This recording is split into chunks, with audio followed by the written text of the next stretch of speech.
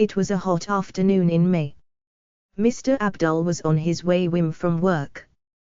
He had taken a half-day leave to help his children prepare for their examinations.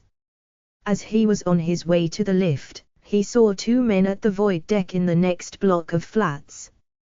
The two men looked unkempt. Mr. Abdul decided to take a further look at them from his flat's balcony. When Mr. Abdul went into his flat, he headed straight for the balcony. From the balcony, he could see the two men, one of the men injecting something into his arm. The other man was sniffing some white substance from a piece of paper.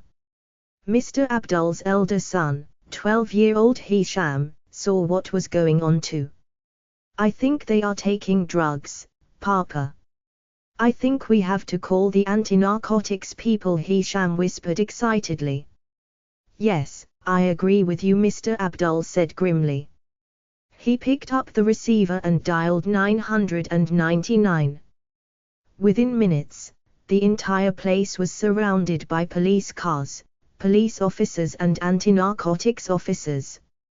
By this time a little crowd had gathered to watch what was happening. The two men put up a struggle with the police officers. Suddenly, to everyone's horror, a shot was heard. The crowd let out a huge gasp when they saw a police officer kneeling down in pain.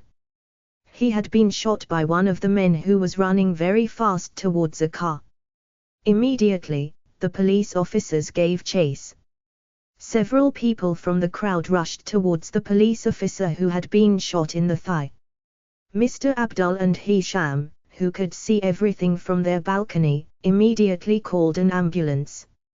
Later, Mr. Abdul, together with Hisham, went to the police station to act as eyewitnesses to the incident.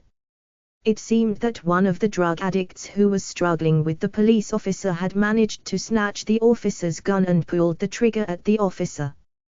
Then, he had escaped with the gun. Meanwhile, the police had chased the escaped drug addict all the way to Tampine's new town. The drug addict had gone to his mother's flat and locked himself up in one of the bedrooms. The police and his mother tried to talk him into coming out and surrendering. Unfortunately, he shot himself in the head instead. The police barged into the room, but the drug addict was already dead. When Mr. Abdul and Hisham went to work and to school the next day, they had plenty of things to tell their colleagues and schoolmates. Mr. Abdul also used the incident to warn his sons about the consequences of taking drugs. So there were lessons learned from the tragic and dramatic incident which happened right under their noses.